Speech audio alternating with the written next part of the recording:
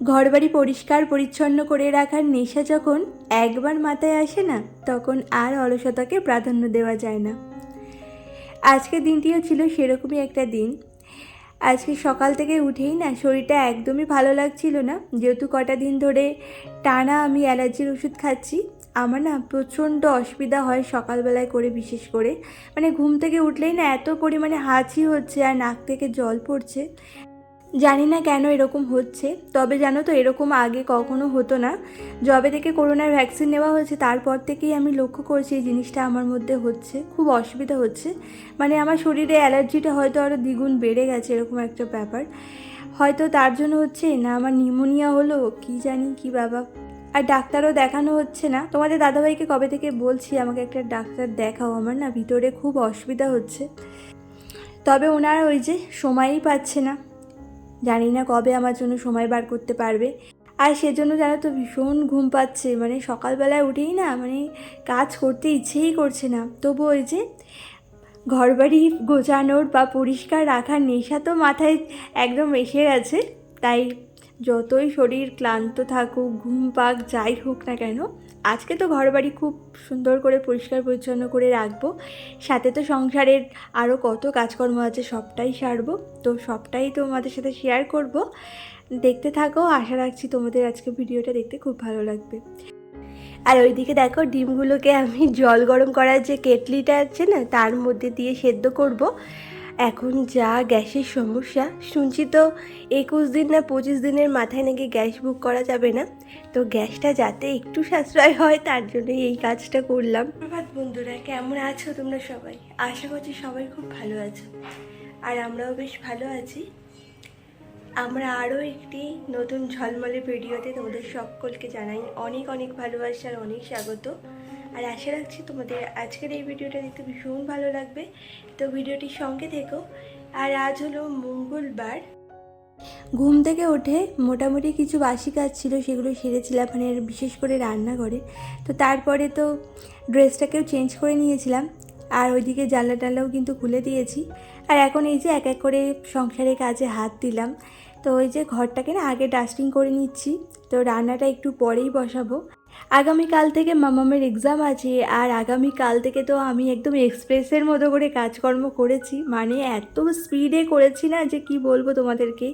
মানে 12টার মধ্যে সমস্ত কিছু কমপ্লিট করেছি, কারণ মামামের পরীক্ষা ওই 1টার দিকে ছিল। তো তার মধ্যে আবার মামামকে রেডি করিয়ে ওকে নিয়ে বেরোতে হয়েছে।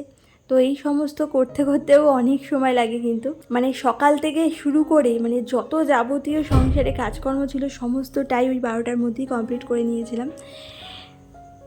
তো যাই হোক, এদিকে দেখো আজকে ভাবলাম কি খাটের তলাটা খুব ভালো করে পরিষ্কার করব, কারণ খাটের তলাটা না অনেক দিন পরিষ্কার করা হচ্ছে না। রোজই তো ঝাড় দেওয়া হচ্ছে, তবে এই যে খাটটা এতটা নিচু যে ভেতরে না ঢোকাই যায় না। আর এখানে মাঝে মাঝে পরিষ্কার না করলেও হয় না, নইলে খুব ধুলো হয়ে যাবে। তো সমস্ত জিনিসগুলো বার করে দেখো পরিষ্কার করে নিলাম। আর আজকে জানো তো আমি উপোস করে আছি, মানে আজকে অশোক ষষ্ঠী। আর আজকে সারাদিনে ভাত টাত কিছুই খাবো না, শুধু ওই একবার পরোটাই খেয়েছিলাম আর কি। আর টুম্পা দি আমাকে আগের দিন কমেন্ট করে বলেছিলে যে আমার বাড়ি কোথায়, মানে বাপের বাড়ি। তো আমার বাপের বাড়ি কিন্তু তোমাদের বাড়ির আশেপাশেই, বেড়াচাপাতে। তোমাদের বাড়িতে শুনলাম বাদুড়িয়া বসিরহাট বলে, তো আমাদের ওখান থেকে কিন্তু 1 ঘন্টা মতো লাগে বাসে করে। তো যাই হোক, এদিকে দেখো এখন বাইরে না সিঁড়িতে একটু জল দিয়ে ভালো করে সিঁড়িটা ধুয়ে দিয়েছি। তারপরে এই যে যত গাছগুলো আছে না গাছগুলোতে জল দেবো। তো এদিকে একটা দেখো জবা ফুল ফুটেছে, কি ভালো লাগে জানো তো যখন গাছে এরকম ফুল টুল ফোটে, ভীষণ ভালো লাগে। আগের বছর মানে যখন গাছটা আমি লাগিয়েছিলাম তখন না প্রচুর ফুল ফুটতো, মানে একসাথে 4, 5টা, 6, 7টা এরকম করে, মানে 8টাও একদিন ফুটেছিল। তবে এবছর দেখছি এখনও খুব একটা বেশি ফুটছে না, ওই 1টা 2টো করে ফুটছে। আসলে এতদিন শীত ছিল না, শীতে না গাছগুলোতে সেরকম একটা ফুল ফুটতো না, একদম ঝিমিয়ে পড়েছিল। তো যাই হোক, এদিকে দেখো এখন উঠোনটাকে ডাস্টিং করছি। আর ওইদিকে দেখো পাড়ার একটা বৌদি এসেছে। আমি যেহেতু ফোনটা ট্রাইপডের মধ্যে লাগিয়েছি তো বুঝতেই পারছি আমি ভিডিও করছি, তো আমাকে জিজ্ঞেস করছিল যে আমি ব্লগ করি নাকি। তো আমি বললাম যে হ্যাঁ। কি বলো তো, এইসব বিষয় না লজ্জা পেয়ে কোনো লাভ নেই, কারণ ডেলি ব্লগ করতে গেলে তো একদিন না একদিন সবাই দেখবেই, কতক্ষণই আমি সবার আড়ালে এইসব করবো বলো তো। তো ওই জন্য আমি বললাম হ্যাঁ আমি ব্লগ করি, তো সেটাই বলছিলাম আর কি। কিছু কিছু সময়ে এমন আছে তখন না আমাদেরকে নিজেদেরকে পরিবর্তন করাটা না অনেকটাই দরকার। লজ্জা জিনিসটা তো অবশ্যই থাকা দরকার, তা বলে সব বিষয় না। যেমন এই যে ভিডিও করা বিষয় কিন্তু প্রথম প্রথম একটু কেমন একটা লাগতো, যখন সবার সামনে আমি এরকম ট্রাইপডে ফোনটা লাগিয়ে ভিডিও করতাম, সংসারে কাজকর্মগুলো করতাম। তবে আস্তে আস্তে না সেটা ঠিক হয়ে গেছে। নিজের কাছেই না নিজে মানে বলেছি যে যে যাই ভাবুক, যে যাই বলুক, আমি আমার কাজ একদম নিষ্ঠাভাবে করব, তারপর যা হবে হবে। তো সেটা ভেবেই কিন্তু একদম নিষ্ঠাভাবেই কাজকর্ম করছি, মানে এই যে ভিডিও বানাচ্ছি। তবে এখনও অবধি তো সাকসেস পেলাম না, অনেক দিন ধরে তো ট্রাই করেই যাচ্ছি। জানি না ভগবান আমার মধ্যে আর কতটা ধৈর্য দেখতে চায়, আর কতটাই বা ধৈর্য আমি রাখতে পারবো সেটাও জানি না, আর কতদিনই বা ভিডিও বানিয়ে যাব। তবুও তোমাদের মতো কিছু বন্ধুরা আছো যারা আমাকে এত সুন্দর সুন্দর করে কমেন্টগুলো করো। তোমাদের কমেন্টগুলো পেয়ে না আমি অনেকটা মোটিভেট হই। মাঝে মাঝে তো ইচ্ছেই করে না আর ভিডিও বানাতে, যেহেতু এই যে এত দিন হয়ে গেল সাকসেস পাচ্ছি না। সাকসেস পেলে হয়তো তখন অন্যরকমই হতো। তবুও তোমাদের জন্যই কিন্তু বানাই, মানে তোমাদের জন্যই না আমি অনেকটা মোটিভেট হই। যেমন টুম্পা দিদিভাই, ঝুমা দিদিভাই, আরও অনেক দিদিভাইয়েরা আছো যারা খুব সুন্দর সুন্দর করে আমাকে কমেন্ট করো। আর সোমা গাঙ্গুলি থেকে সোমা দিদিভাইও আমাকে সব সময় মোটিভেট করে চলেছো, সব সময় এত সুন্দর সুন্দর করে কমেন্ট করো, আমার পাশে আছো। আর তার জন্য তোমাদেরকে মানে ধন্যবাদ জানালেও হয়তো কম হবে। তো সবাই আমার অনেক অনেক ভালোবাসা নিও, শুধু এইটুকুই বলবো, আর এইভাবেই আমার পাশে থেকো। আর ঝুমা দিদিভাই আমাকে কমেন্ট করে বলেছিলে আমাদের এখানে শীতলা পুজো হয়ে গেছে আর আমরাও খেয়েছি বড়া। তাই গো, আমরাও জানো তো বড়া খাই, সাথে পাঁপড় ভাজা, আলুর চিপস এই সমস্ত করি। আমাদের এখানে সামনের শনিবারে শীতলা পুজো হবে, তবে আমাদের পাশের পাড়াতে আগের শনিবারে হয়ে গেছে। কিছু কিছু জায়গায় জানো তো মেলাও হয় শীতলা পুজোর দিন, তবে আমাদের এখানে মেলা টেলা হয় না। তো যাই হোক, এরপরে দেখো রান্নাঘরে চলে এসেছি, আর আজকে রান্না করবো হচ্ছে চিকেন। আজকে বেশি কিছু রান্না করছি না, কারণ তোমাদেরকে তো বলাই হয়নি, আজকে হলো অশোক ষষ্ঠী। আর আজকে না আমি ওই অশোক ষষ্ঠী করেছি, সেজন্য আমি তো এই সমস্ত জিনিস একদমই খাবো না। আজকে আমি উপোস আছি এখনও অবধি।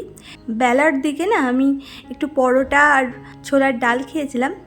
আর আজকে কিন্তু মঙ্গলবার, আমাদের বাড়িতে কিন্তু মঙ্গলবার করে নিরামিষ খাওয়া হয়, যেহেতু আমি বজরংবলীর পুজো করি সেজন্য। তবে তোমাদের দাদাভাই আর মামাম না একদম মানতে পারে না। আমাদের বাড়িতে আবার রবিবার আর বৃহস্পতিবার করেও নিরামিষ খাওয়া হয়, যেহেতু ওই যে অষ্টনাগ রয়েছে বলে, মানে এই বাড়িতে মানা হয়। আজীবন কিন্তু মানা হয় না, এটা ওই তোমাদের দাদাভাই যখন ছোট ছিল কি একটু বড় ছিল আমি ঠিক মানে জানি না, তখন থেকেই খাওয়া হয়।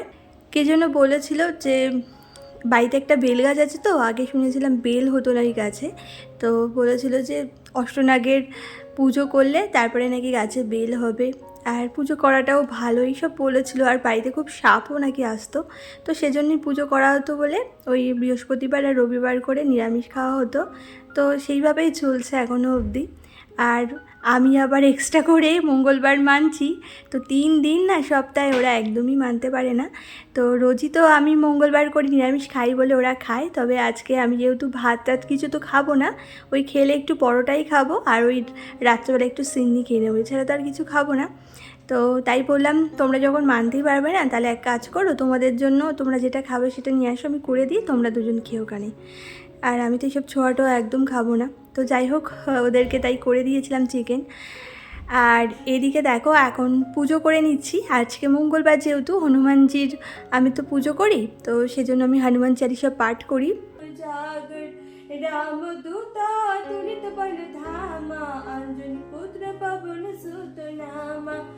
আর এইদিকে দেখো আমার যা আজকে আমাকে পরোটা আর ছোলার ডাল দিয়েছে, যেহেতু আমার শাশুড়ি মা আর যাও অশোক ষষ্ঠী করেছে।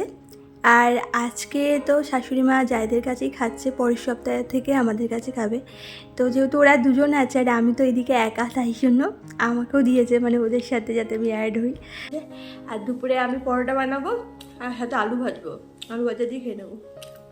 আমার জন্য একার জন্য আর কি করবো, তোমাদের দাদাভাইয়ের জন্য আর মামামের জন্য মাংস করেছে, ওরা খেতে পারবে।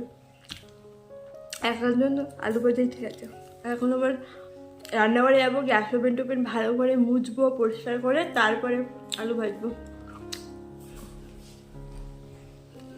আর জানো তো আমি তো ভেবেছিলাম দুপুরবেলায় আমার জন্য রুটি আর আলু ভাজা করব, তবে এই যে এত বেলায় পরোটা আর ছোলার ডাল খেয়ে না আমি রুটি আর খেতে পারিনি, পেটটা পুরো ভার হয়েছিল। আর আমি জানো তো রুটি পরোটা না একদমই খেতে পারি না, মানে ভালোই লাগে না আমার।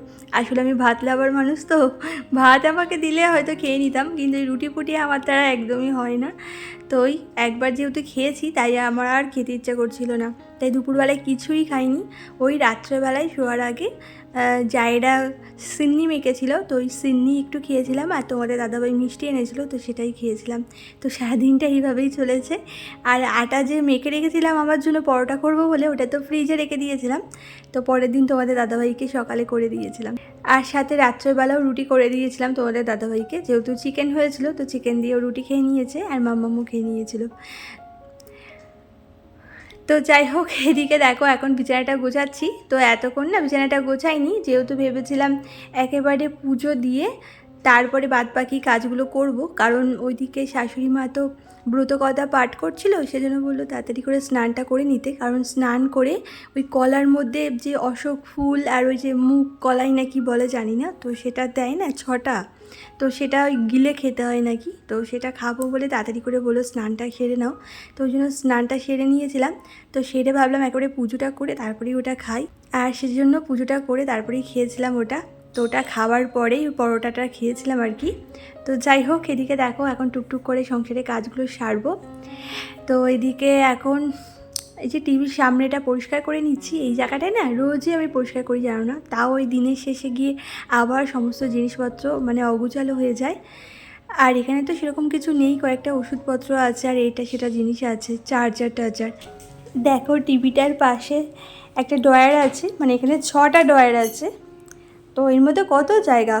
ওপরেটায় তো আমি ওষুধপত্র রাখি, আর নিচেরটায় কিছু টুকটাক জিনিস আছে মাম্মামের, তারপরেরটায় তোমাদের দাদাভাইয়ের একটা ব্যাগ আছে আর কিছু খাতা ফাতা আছে, মানে ওর দরকারের খাতা, আর বাদ বাকি 3টে তো ফাঁকাই আছে, তো সেখানে তো রাখতে পারে, তা না এই এখানে সেখানে সব ছড়িয়ে রাখে।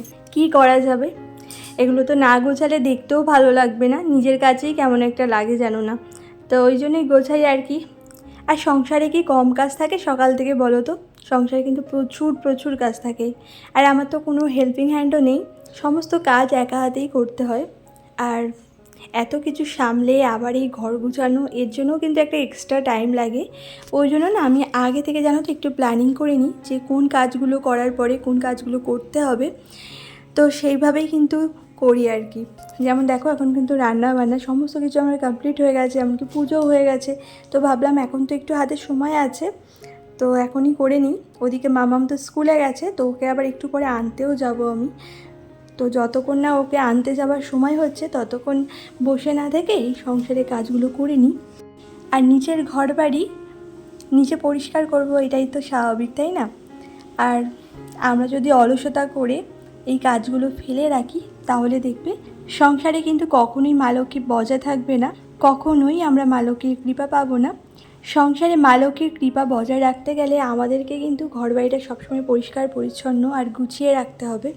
আর গোছানো ঘরবাড়ি দেখবে একটা মানসিক শান্তিরও জায়গা।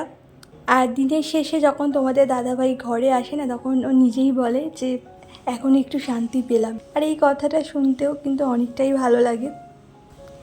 আর ঘরে যদি এটা সেটা ছড়ানো থাকতো, নোংরা থাকতো, অপরিচ্ছন্ন থাকতো, তাহলে কি আর সেটা ওর মনে হতো, তাই না? তো সেটা শুধু যে ওর মনে হয় তা নয়, সেটা কিন্তু আমারও মনে হয়। তো যাই হোক, এদিকে দেখো বেশ কিছু জামা কাপড়ও ছিল, তো সমস্ত কিছু ভাঁজ করে ওই যে ওয়ার্ড্রপের উপরে রেখে দিলাম। আর তারপরে তো রেডি হয়ে মামামকে এবার স্কুল থেকেও আনতে গিয়েছিলাম, আর তারপরে কোনো রকম ভিডিও শ্যুট করিনি।